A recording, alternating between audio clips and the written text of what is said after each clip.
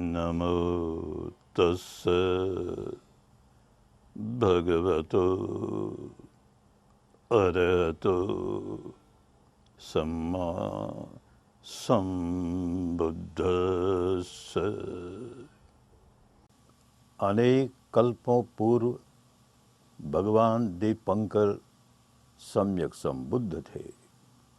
तब उन्होंने कीचड़ में औंधे मुँह लेटे परम श्रद्धालु ब्राह्मण तपस्वी सुमेध की मनोकामना पूर्ण करते हुए उसे आशीर्वाद दिया और यह भविष्यवाणी की कि अनेक कल्पों तक आवश्यक पारमिताएं पूरी करने के बाद वह सिद्धार्थ गौतम के नाम से निस्संदेह बुद्ध बनेगा। ध्रुवं बुद्धो भविष्यसि, ध्रुवं बुद्धो भविष्यसि। भगवान की यह मंगलमयी घोषणा धरती और आकाश में गूंज उठी और देर तक उसकी प्रतिध्वनि होती रही। इसी समय सुमित्रा नाम के ब्राह्मण पुत्री की मनोकामना को भी पूर्ण करते हुए भगवान ने उसे भी आशीर्वाद दिया और यह भविष्यवाणी की कि वह इस युवक के साथ हर जन्म में इसकी जीवन संगिनी बनेगी और अंत में जब यह सिद्धार्थ गौतम के नाम से शाक्य कुल में जन्मेगा तब सम्यक संबुद्ध बनेगा और तब यह यशोधरा के नाम से इसकी सहधर्मनी बनेगी और इससे विपश्यना विद्या सीखकर जन्म मरण से मुक्त हो जाएगी। कल्प पर कल्प बीतते गए और बोधिसत्व ने परिश्रम करके समस्त पारमिताओं को परिपूर्ण कर लिया। अब उसे अंतिम जन्म लेना है। इसके लिए उसने पुण्यमयी माता महामाया का चुनाव किया। महामाया अपने शयन कक्ष में गहन निद्रा में सोई थी। उसने एक स्वप्न देखा। एक अत्यंत सुंदर श्वेत रंग का हाथी अपनी सूंड में श्वेत कमल का फूल लिए हुए प्रकट हुआ। उसने माता महामाया को नमन किया और फिर उसकी कोख में समा गया। यही बोधिसत्व का अंतिम गर्भ प्रवेश था। प्रसव का समय समीप आने पर माता महामाया ने इच्छा प्रकट की कि उसकी संतान का जन्म उसके पीहर देवदह में हो। वह कपिल वस्तु से देवदह की यात्रा पर निकली। मार्ग में अत्यंत सुंदर लुम्बिनी वन को देखकर वहां कुछ देर रुकने को मन चाहा। वह रथ से उतरी और घूमते हुए जैसे ही साल वृक्ष की एक टहनी को पकड़ा कि पुत्र का जन्म हो गया। यह बोधिसत्व सभी पारमिताओं से परिपूर्ण होने के कारण लोक में अग्र था, लोक में ज्येष्ठ था, लोक में श्रेष्ठ था। यह उसका अंतिम जन्म था। अब उसके और जन्म नहीं होंगे। माता अपने नवजात पुत्र को लिए हुए कपिल वस्तु के राजमहल में लौटी। चारों ओर प्रसन्नता छाई हुई थी। शाक्यों और कोलियों के राजगुरु ऋषि कालदेवल ने जब सुना कि शाक्यराज के घर पुत्र का जन्म हुआ है तब वह उसे देखने आया। पिता ने पुत्र को ऋषि कालदेवल के सम्मुख समर्पित किया। यकायक बालक का पांव ऋषि की जटाओं में लग गया। ऋषि प्रसन्नता से विभोर हुआ, परंतु फिर रोने भी लगा। प्रसन्नता इस बात की कि यह बालक आगे जाकर सम्यक संबुद्ध बनेगा और बहुत लोक कल्याण करेगा। दुख इस बात का कि तब तक मैं जीवित नहीं रह सकूंगा, परंतु उसने अपने भांजे नालक को सूचना दी कि जब कभी यह बालक सम्यक संबुद्ध बने तब उससे धर्म सीखकर मुक्त अवस्था प्राप्त कर लेना। जब बालक 7 वर्ष का हुआ तब देश के नियमों के अनुसार प्रत्येक वर्ष की भांति इस वर्ष भी प्रथम वर्षा होने पर हल जोतने का काम महाराज शुद्धोधन ने किया। इस अवसर पर बड़ा मेला लगा। लोग मेले का आनंद लेने लगे, परंतु सिद्धार्थ को इसमें जरा भी रुचि नहीं थी। वह वहां जामुन के बड़े पेड़ के तले बैठा ध्यानस्थ हो गया। पिता ने जब यह देखा तब उसके मन में श्रद्धा जागी और उसने अपने पुत्र को नमन किया। देवदत्त राजकुमार सिद्धार्थ का ममेरा भाई था। दोनों के स्वभाव में जमीन आसमान का अंतर था। देवदत्त जहां अपने वाणों से पक्षियों को बींद बींद कर आनंद लेता था, वहीं सिद्धार्थ उनके प्रति करुणा बरसाता था। एक बार देवदत्त ने एक उड़ते हुए हंस पर तीर चलाया, जो कि तड़फड़ाकर धरती पर आ गिरा।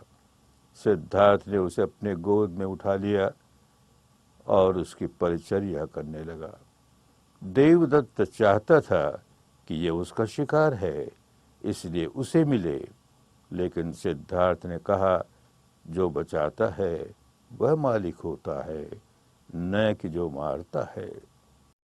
राजकुमार सिद्धार्थ ने भी तीर चलाने की विद्या में परिपूर्णता प्राप्त की, लेकिन इस विद्या को सीखते हुए किसी पक्षी की हत्या करने तो दूर, उसने किसी वृक्ष पर भी तीर चलाकर उसे आहत नहीं किया।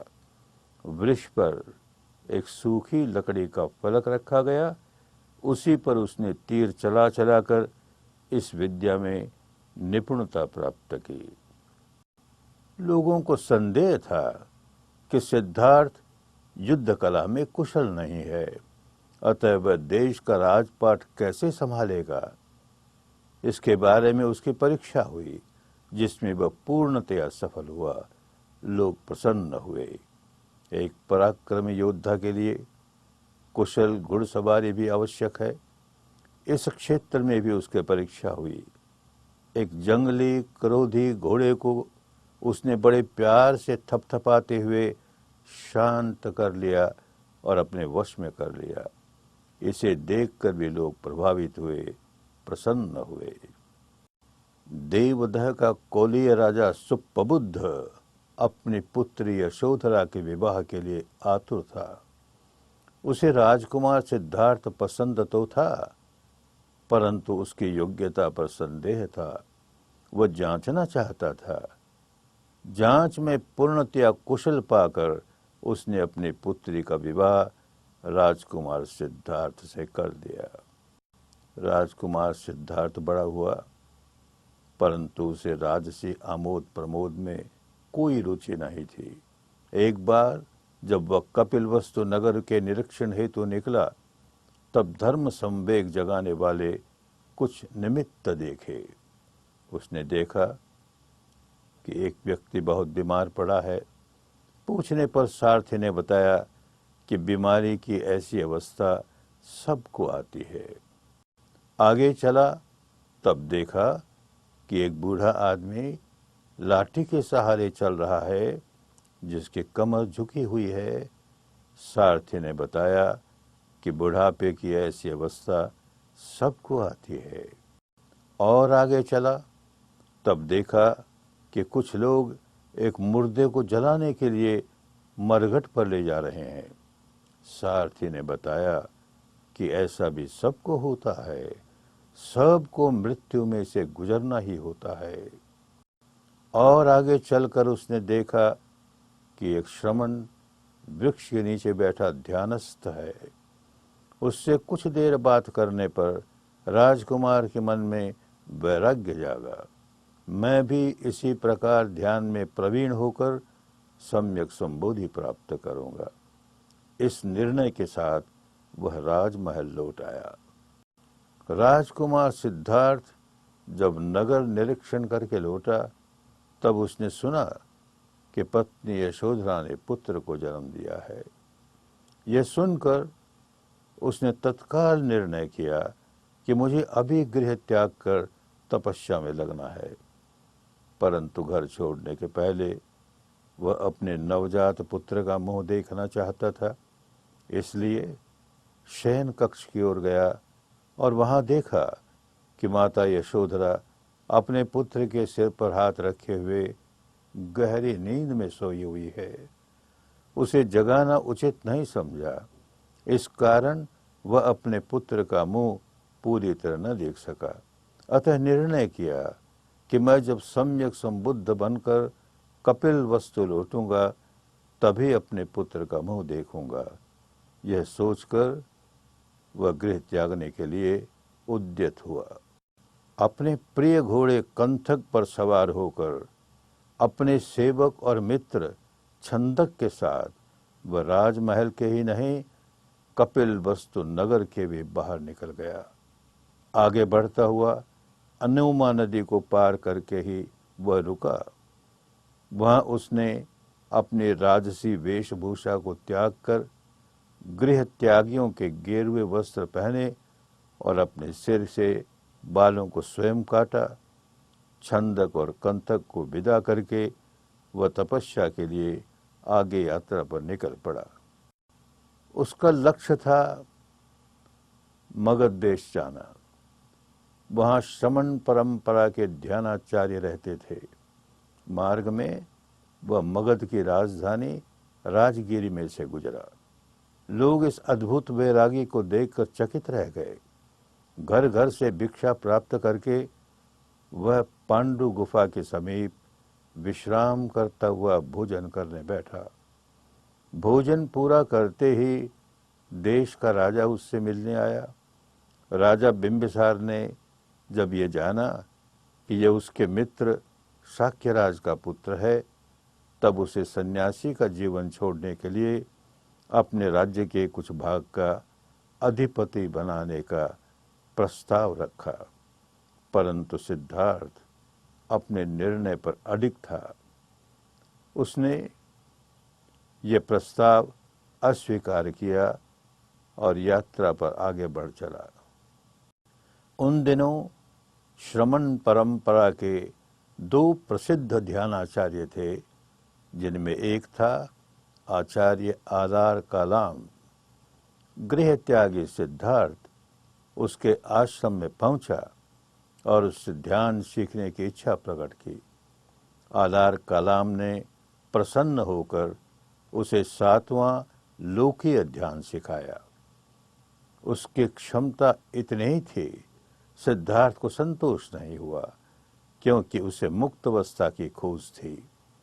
अतः वह उसे धन्यवाद देकर आगे बढ़ चला। उन दिनों का दूसरा अत्यंत प्रसिद्ध श्रमण धर्माचार्य था उद्दक राम पुत्र। गृह त्यागी सिद्धार्थ उसके आश्रम में पहुंचा। उससे 8वां ध्यान लोकीय ध्यान सीखा, परंतु इससे भी उसे संतोष नहीं हुआ। इससे भी आगे लोकोत्तर अवस्था की अनुभूति प्राप्त करनी थी, जिससे कि जन्म मरण के भव संसरण से मुक्ति प्राप्त हो। वह आचार्य उद्दक राम पुत्र को भी धन्यवाद देते हुए आगे बढ़ चला। उन दिनों उरुवेला का स्थान ध्यान के लिए बहुत प्रसिद्ध था। श्रमण सिद्धार्थ वहीं पहुंचा और ध्यान में बैठ गया। कपिल वस्तु के 5 ब्राह्मण ज्योतिषी भी उसे खोजते हुए वहां आ पहुंचे और वे भी उसके साथ तपस्या में लग गए। उन दिनों की एक प्रसिद्ध मान्यता थी कि शरीर को जितना जितना कष्ट दिया जाए, उतने उतने कर्म संस्कारों की निर्जरा होती जाती है और अंततः नितांत मुक्त अवस्था सहज ही प्राप्त हो जाती है। सिद्धार्थ ने इसका कठोर प्रयोग किया। अन्न त्यागते त्यागते उसने अपने शरीर को सुखा सुखा कर कांटे जैसा बना लिया। वह अत्यंत दुर्बल हो गया।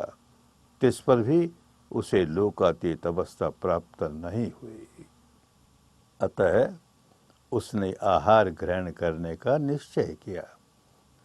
जैसे ही उसने आहार ग्रहण किया, उसके 5 ब्राह्मण साथियों ने समझा कि यह अब तप भ्रष्ट हो गया है, अतः उसे सफलता प्राप्त नहीं होगी। यह सोचकर वे उसे त्याग कर चले गए। 5 स्वप्न। वैशाख शुक्ल चतुर्दशी की रात सोए हुए उसे 5 स्वप्न दिखे। पहला स्वप्न, उसने देखा कि उसकी काया विराट होती जा रही है। विराट होकर उसका सिर हिमालय की सर्वोच्च शिखर पर जा टिका है और उसका दाहिना हाथ हिंद सागर की लहरियों द्वारा प्रक्षालित हो रहा है। बायां हाथ बंग सागर की लहरियों द्वारा प्रक्षालित हो रहा है।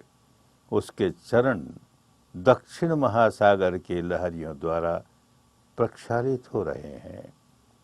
इस स्वप्न द्वारा भारत और नेपाल के इतिहास में पहली बार इन दोनों का यानी जम्बू द्वीप का एक नक्शा प्रकट हुआ।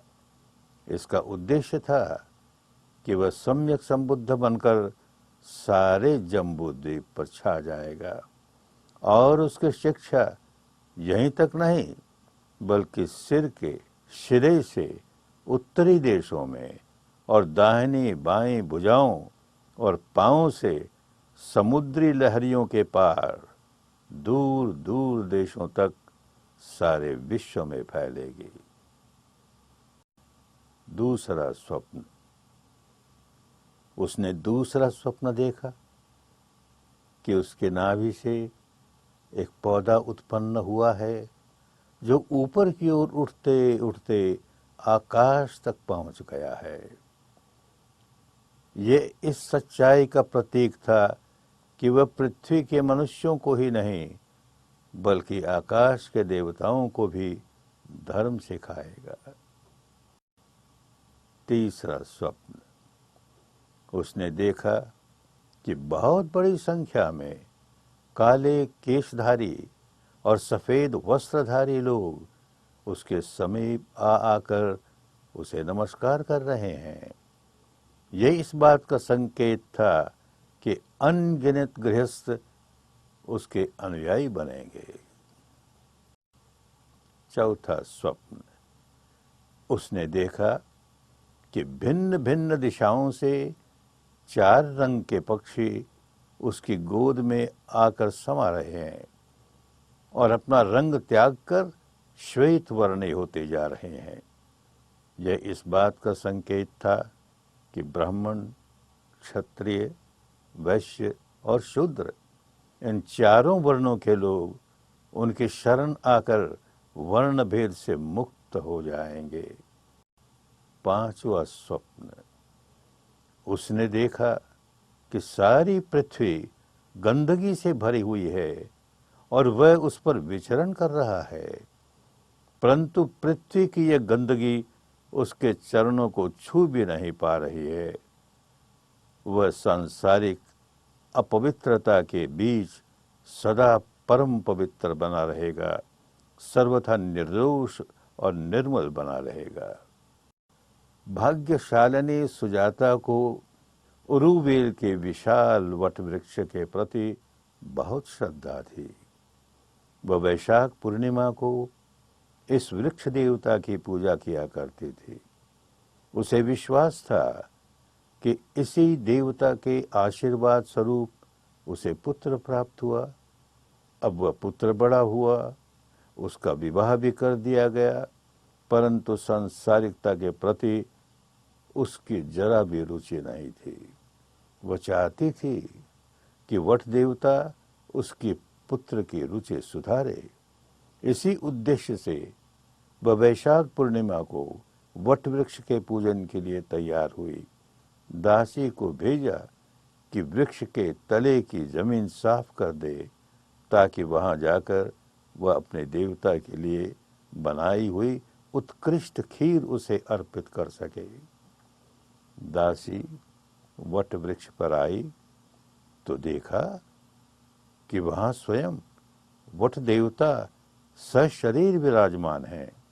उसने मालकिन को संदेश दिया।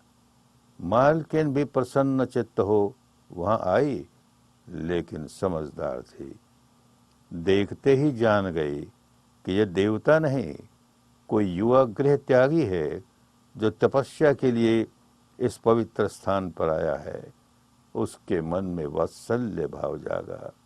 जो खीर अपने देवता को भेंट करने के लिए लाई थी, वह इस तपस्वी को अर्पित करते हुए उसे आशीर्वाद दिया कि तुम्हारी तपस्या सफल हो। सुजाता की यह खीर अत्यंत महत्वपूर्ण थी, क्योंकि बोधिसत्व का यह अंतिम भोजन था। इसके बाद तो बोधिसत्व सम्यक संबुद्ध बनने वाले थे। इसलिए जिस भोजन के आहार से उन्हें सम्यक संबोधि प्राप्त हुई, उसके महत्व का क्या कहना। नीचे अवीच नरक लोक से लेकर ऊपर अरूप ब्रह्मलोक तक का सारा क्षेत्र मार का ही है, मृत्युराज का ही है। यहाँ जो प्राणी जन्म लेता है वह देर सबेर मृत्यु को प्राप्त होता ही है। जब तक कोई तपस्वी देवलोक को अमर मानकर तपस्या करता है अथवा रूप या अरूप ब्रह्मलोक को अमर मानकर तपस्या करता है, तब तक मार क्षेत्र का यह सम्राट मृत्युदेव मार प्रसन्न रहता है। परंतु जब कोई व्यक्ति अनित्य धर्मा अरूप ब्रह्मलोक से परे नित्य शाश्वत लोकातीत अवस्था को प्राप्त करने के लिए तपस्या करता है, तब यह विचलित हो जाता है। वह नहीं चाहता कि कोई भी व्यक्ति उसके साम्राज्य क्षेत्र से बाहर निकले। अतः जब उसने देखा कि बोधिसत्व बोधि वृक्ष के तले बैठा है, इसी उद्देश्य के लिए तप कर रहा है, तब उसका तप भंग करने के लिए वह अपनी विशाल भयानक सेना के साथ स्वयं भी आ पहुंचा। बोधिसत्व को विचलित करने के उसने अनेक प्रयत्न किए, परंतु वह नितांत अविचल रहा। अतः मार पराजित होकर वापस लौट गया। अब वातावरण शांत हो चुका था। वैशाख पूर्णिमा के रात के चंद्रमा की शीतलता चारों ओर छाई हुई थी। बोधिसत्व अपनी साधना में लीन था। वह इसकी खोज कर रहा था जो लौकिक क्षेत्र के परे है, जो नित्य शाश्वत लोकातीत क्षेत्र है, जहाँ जन्म नहीं, मृत्यु नहीं। उसका साक्षात्कार कैसे हो, क्या विधि अपनाए। खोजते खोजते मन से जुड़ी हुई शारीरिक संवेदनाओं की अनुभूति होने लगी। विपश्यना जाग उठी। इनको समता भाव से देखते देखते जिसकी खोज थी, वह अवस्था प्राप्त हो गई। यही बोधिसत्व की सम्यक संबोधि थी।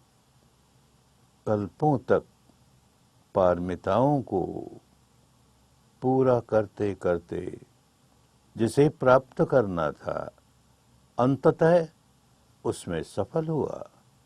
बोधिसत्व सम्यक संबुद्ध बना। उसके संपूर्ण राग, द्वेष और मोह के संस्कार भग्न हो गए। वह भगवान कहलाया।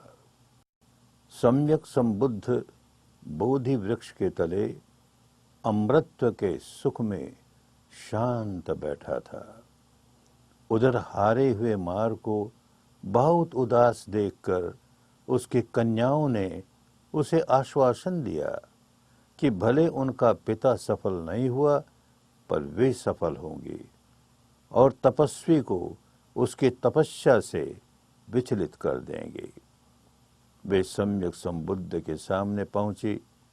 भिन्न भिन्न प्रकार की आकर्षक भाव भंगिमाओं से और नृत्य गान से उसे आकर्षित करने का प्रयत्न किया, पर वे भी असफल रही और निराश होकर अपने पिता के पास वापस लौट गए।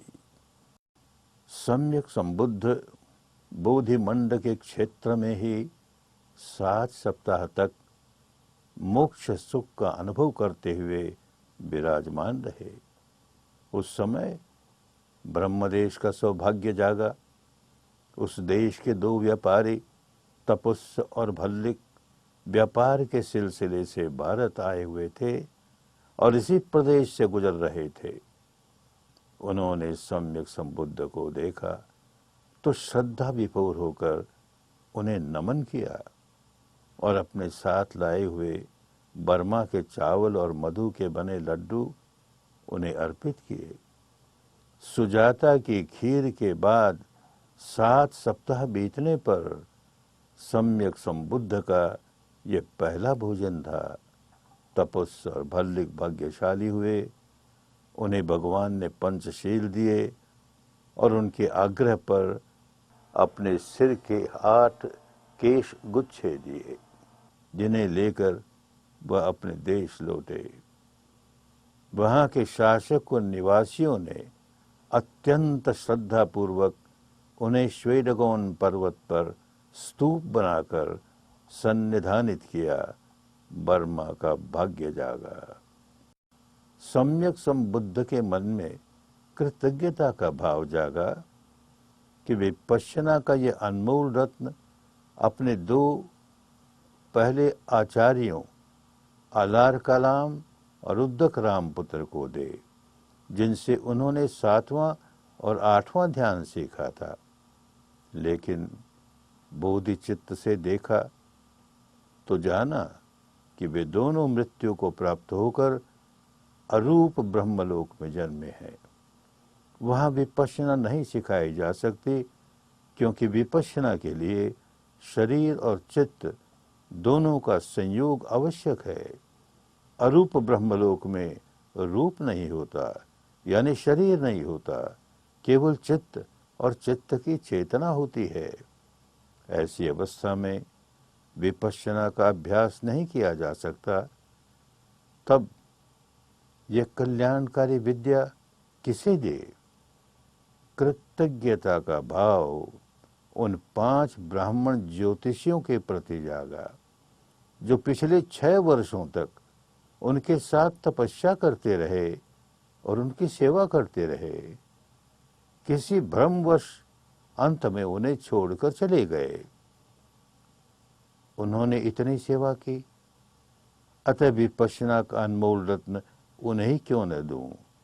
ध्यान से देखा तो पाया कि वे वाराणसी के इसी पत्तन मृगदाव में ठहरे हुए हैं, अतः उस ओर चल पड़े। रास्ते में उपक नाम का एक नग्न आजीवक मिला, जो उनके चेहरे की आभा देखकर बहुत प्रभावित हुआ और ये जानकर प्रसन्न हुआ कि ये व्यक्ति जिन हो गया है, सम्यक संबुद्ध हो गया है। उसने पूछा कि किस गुरु की शिक्षा से आप सम्यक संबुद्ध हुए? भगवान ने उत्तर दिया, मेरा कोई गुरु नहीं। समझना चाहिए कि जो स्वयं बुद्ध होता है वही संबुद्ध कहलाता है, उसका कोई गुरु नहीं होता। उपक को यह बात समझ में नहीं आई। वह मुंह मोड़ कर चल दिया, लेकिन बहुत वर्षों बाद वह फिर भगवान के पास आया और उनसे विपश्यना विद्या सीखकर मुक्त अवस्था प्राप्त की। भगवान अपने 5 साथियों को धर्म बांटने के लिए मृगदाव यानी आज के सारनाथ पहुंचे। एक बार तो उन साथियों के मन में आया कि यह व्यक्ति तपभ्रष्ट हो चुका है, इससे भला हम क्या सीखेंगे। परंतु समीप आने पर उसके मुखमंडल की अपूर्व तेजस्विता देखकर विश्वास हो गया कि इसे अवश्य सम्यक संबोधि प्राप्त हो गई है। तब भगवान ने उन्हें धर्म देशना दी। आषाढ़ पूर्णिमा की सुहावनी संध्या का समय था। ये जो पहली बार धर्म प्रकाशन किया वह धर्म चक्र प्रवर्तन कहलाया।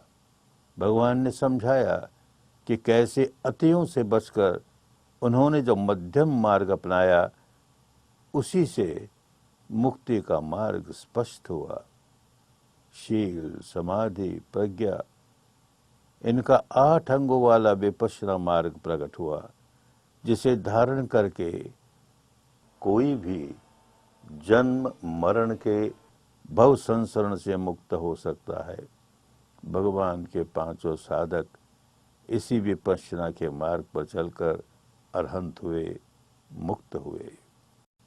प्रातःकाल भगवान के संक्रमण करते समय इसी पत्तन मृगदाव के बाहर से आवाज आई, हाय दुख, हाय संताप। भगवान ने उसे पहचाना।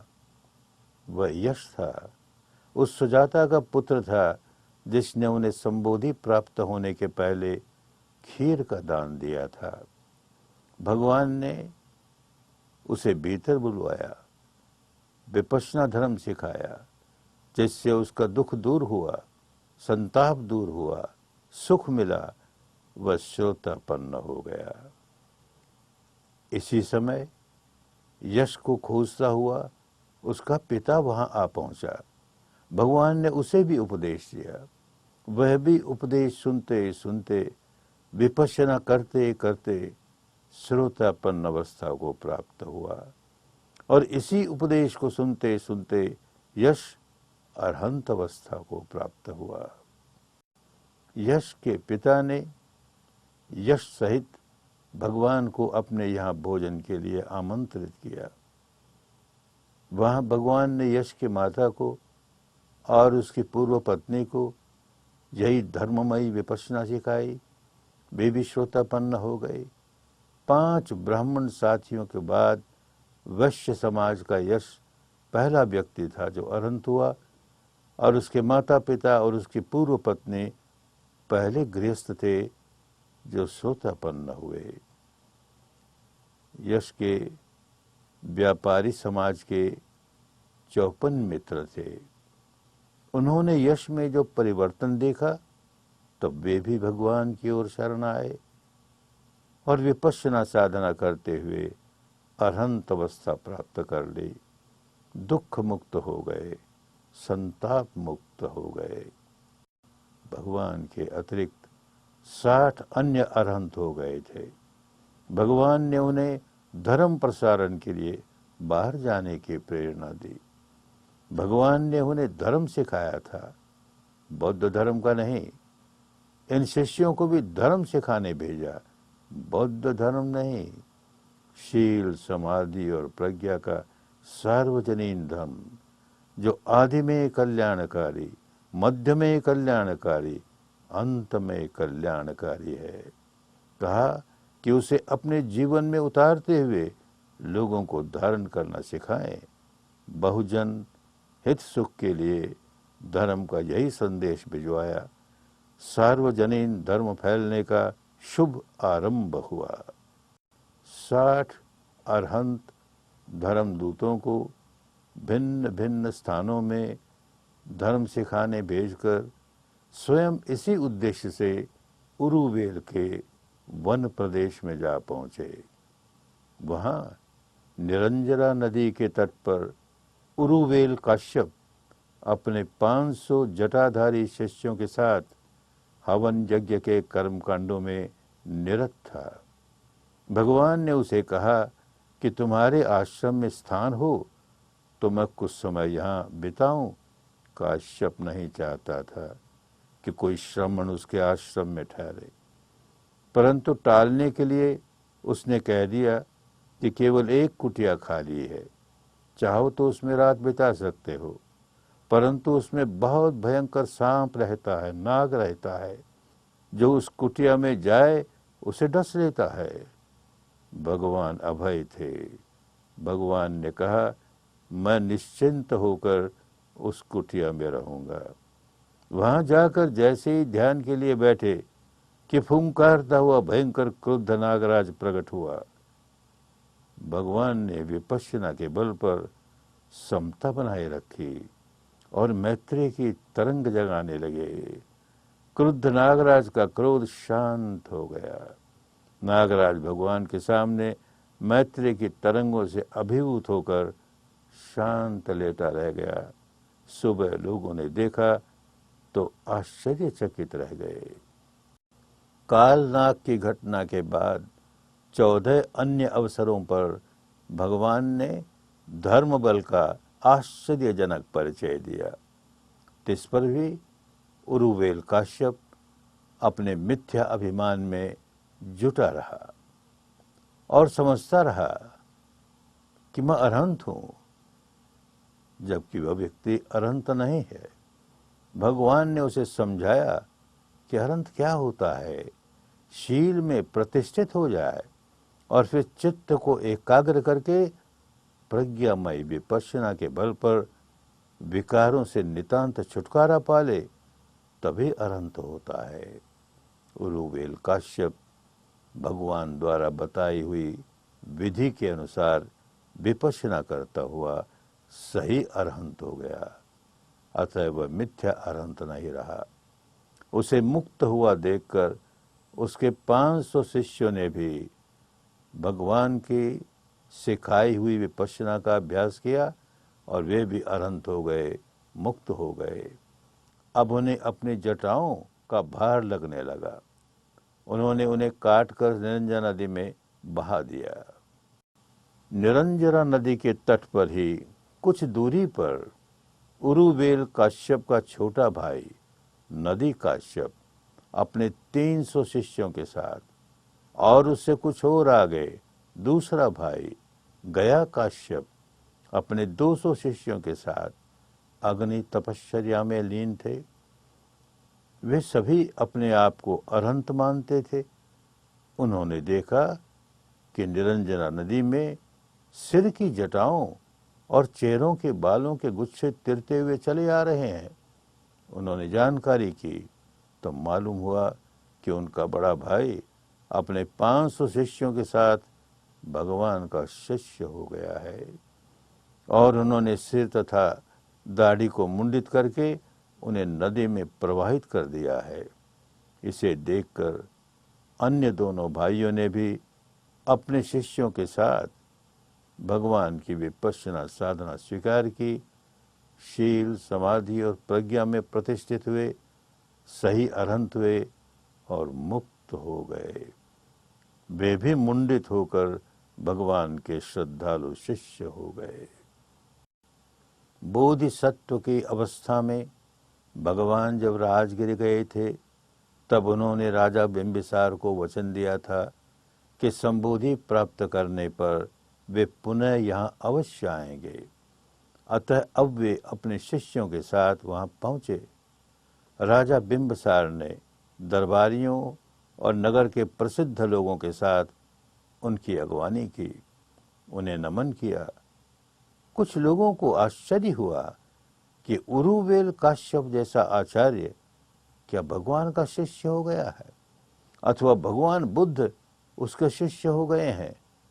काश्यप ने सबके सामने यह स्पष्ट किया कि मैंने भगवान की बताई हुई विपश्यना साधना का अभ्यास करके शील, समाधि, प्रज्ञा में प्रतिष्ठित होकर राग और द्वेष से नितांत छुटकारा पा लिया है।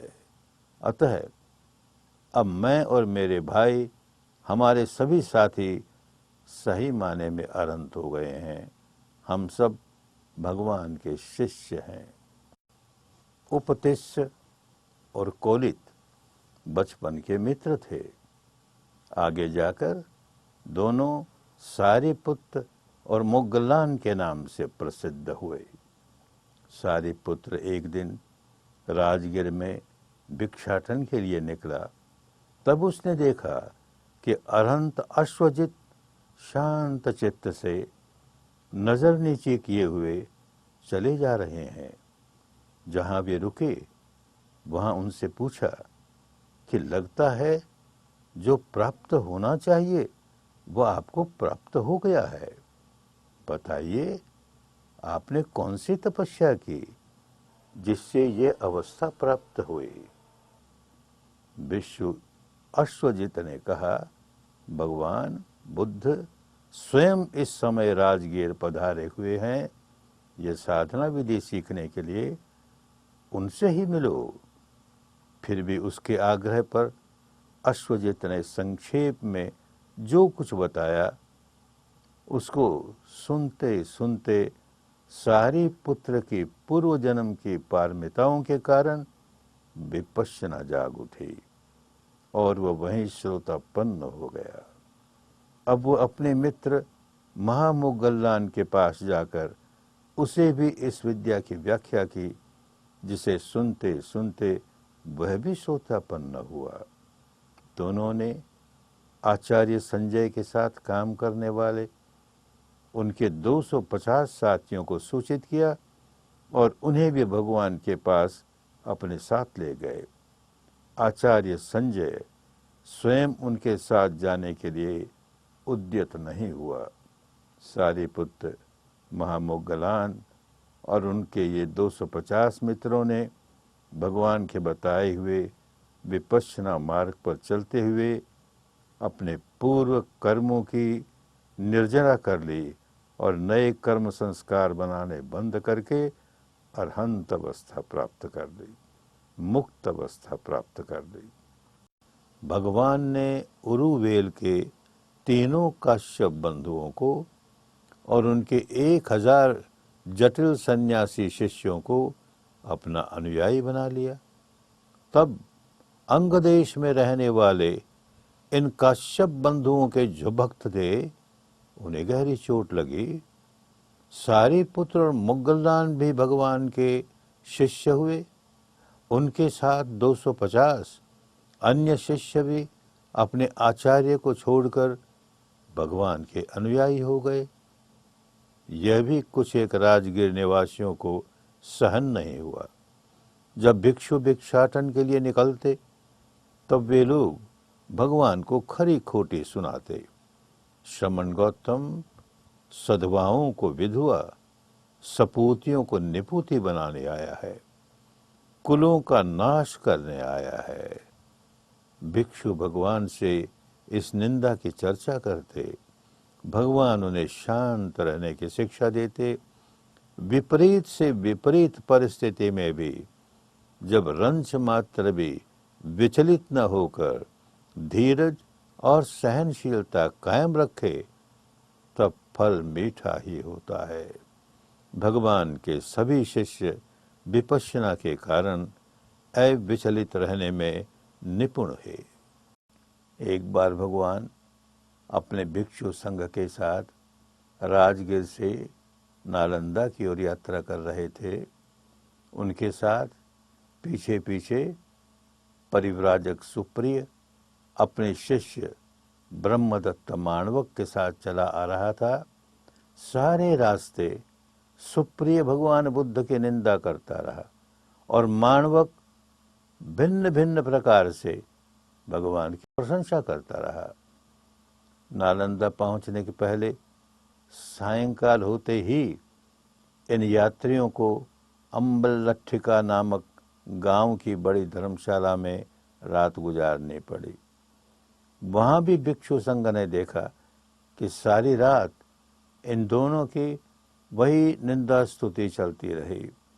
भिक्षुओं ने उस बहस में किसी प्रकार का हस्तक्षेप नहीं किया। भोर होते ही उन्होंने भगवान को बताया कि किस प्रकार दोनों गुरु शिष्य सारे रास्ते और फिर सारी रात निंदा स्तुति में ही लगे रहे। भगवान ने कहा, इस निंदा स्तुति की वार्ता में तुम निर्लिप्त रहे, यही उचित था। बुद्ध धर्म और संघ की निंदा सुनकर कुपित हो जाते और प्रशंसा सुनकर फूल उठते, तब अपनी ही हानि कर लेते। दोनों अवस्थाओं में समता में स्थित रहना ही धर्म था। जीवन में निंदा स्तुति, यश अपयश, जय पराजय, हानि लाभ, इन 8 प्रकार के लोक धर्मों का संपर्क होता ही रहता है। लेकिन इनसे जिसका चित्त विचलित नहीं होता और वह प्रज्ञापूर्ण समता में स्थित रहता है, तब उसका उत्तम मंगल ही होता है। जब महाराज शुद्धोधन ने सुना कि उसका पुत्र सम्यक संबुद्ध बन गया है और लोगों का महान कल्याण कर रहा है, तब उसने अपने पुत्र को कपिलवस्तु बुलवाया।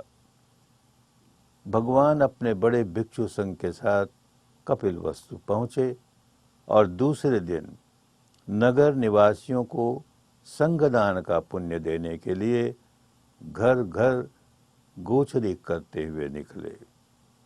पिता शुद्धोधन ने यह सुना तो व्याकुल हुआ और स्वयं जाकर पुत्र को संग सहित राजमहल में ले आया। वहां सबको आदरपूर्वक भोजन करवाया। रणनिवास के सभी सदस्य भगवान को नमस्कार करने आए, केवल यशोधरा नहीं आए। उसने कहला भेजा कि यदि मुझ में गुण होंगे तो आर्यपुत्र स्वयं मेरे निवास पर आएंगे, तभी मैं उनकी वंदना करूंगी।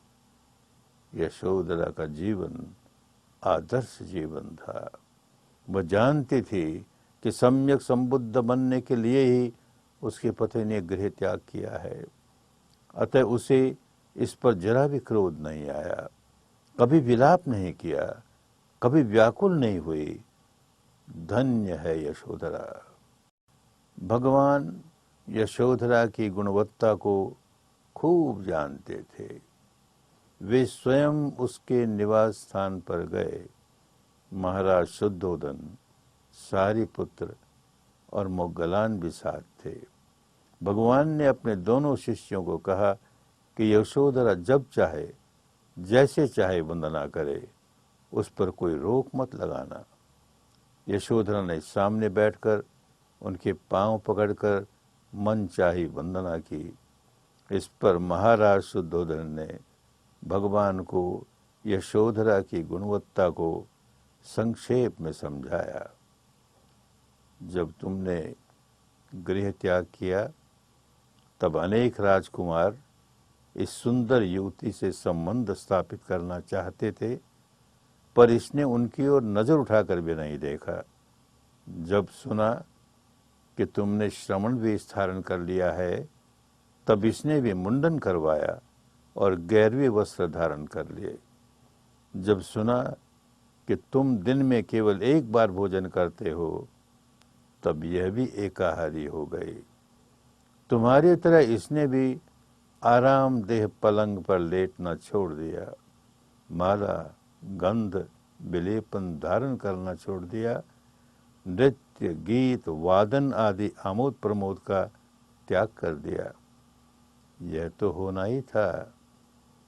अनेक कल्पों पूर्व भगवान दीपंकर ने तापस सुमेध को जब सम्यक संबुद्ध होने का आशीर्वाद दिया, तब इसे भी अनेक जन्मों तक उसकी जीवन संगिनी बनने का आशीर्वाद दिया और अंत में गौतम के सम्यक संबुद्ध बनने पर उससे धर्म प्राप्त कर मुक्त अवस्था को प्राप्त करने का आशीर्वाद भी दिया।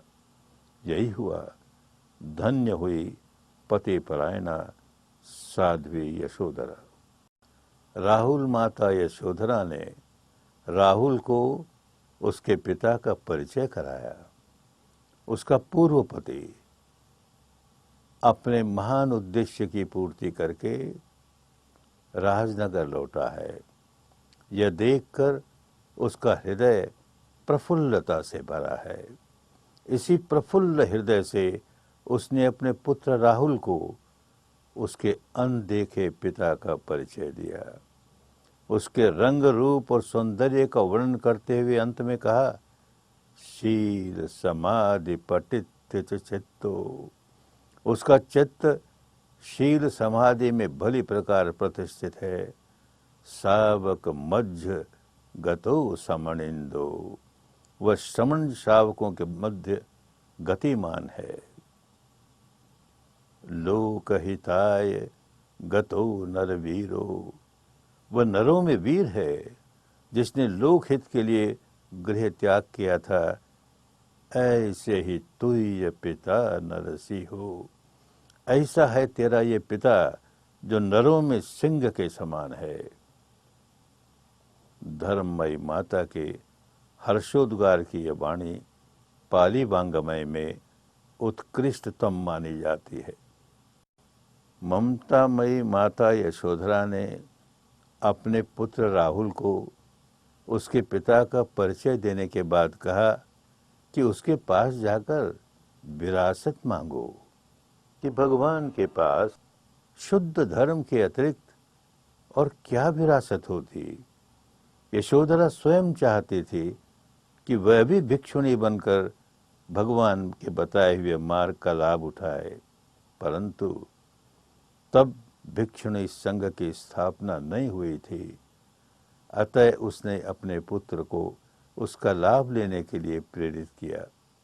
राहुल जब भगवान के समीप पहुंचा तब उसने कहा, श्रमण, तेरी छाया सुखद है। भगवान की छत्र छाया किसको सुखद नहीं लगती। भगवान ने उसे विरासत के रूप में धर्म दिया। वह प्रव्रजित हुआ, बड़ा होकर विपश्यना का अभ्यास करता हुआ अरहंत अवस्था प्राप्त कर मुक्त हुआ। धन्य हुई राहुल को मिली हुई विरासत।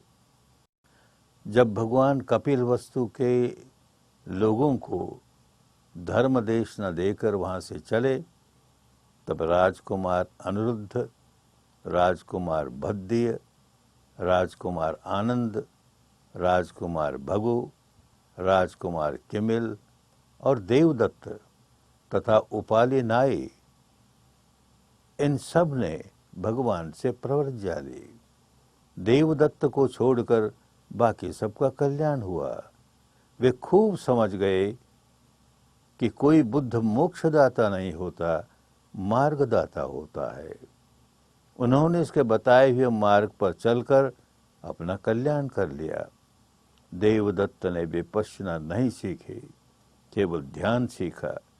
उसका लक्ष्य मुक्ति नहीं बल्कि सिद्धियां प्राप्त करना था। वह इसी से संतुष्ट हो गया। श्रावस्ती का ये श्रेष्ठी अनाथ पिंडक जब राजगीर में अपने ससुराल गया, तब सौभाग्य से उसका भगवान बुद्ध से संपर्क हुआ। उसने संग सहित उन्हें भोजन दान दिया। फिर उनसे प्रार्थना की कि वे अपना अगला वर्षावास श्रावस्ती में बिताए। भगवान की स्वीकृति पाकर वह श्रावस्ती लौटा और उनके अनुकूल विहार के लिए स्थान खोजने लगा। उसने राजकुमार जेत के उपवन को उपयुक्त पाया, परंतु उसके लिए उसे सारी जमीन पर सोने के सिक्के बिछाकर कीमत चुकानी पड़ी। जहां भगवान लोगों को धर्म सिखाएंगे, उस धरती की कोई क्या कीमत आंक सकता है। धन्य हुआ अनाथ पिंडक जिसने जेतवन की उस धरती पर विहार बनाकर संघ को दी, जहां भगवान ने अनेक वर्षावास बिताए और लोगों का कल्याण किया। उसने ये बहुमूल्य दान अपनी प्रसिद्धि या व्यवसायिक लाभ के लिए नहीं दिया, बल्कि लोक कल्याण के लिए दिया। इसीलिए यह दान अतुलनीय माना गया। भगवान प्रातःकाल मगध की राजधानी राजगीर की ओर गोचरी के लिए जा रहे थे। सामने भंगी सुनीत कमर झुकाए, हाथ में झाड़ू लिए सड़क बुहार रहा था। देखा कि भगवान आ रहे हैं, तब संकोच के मारे एक ओर हट गया।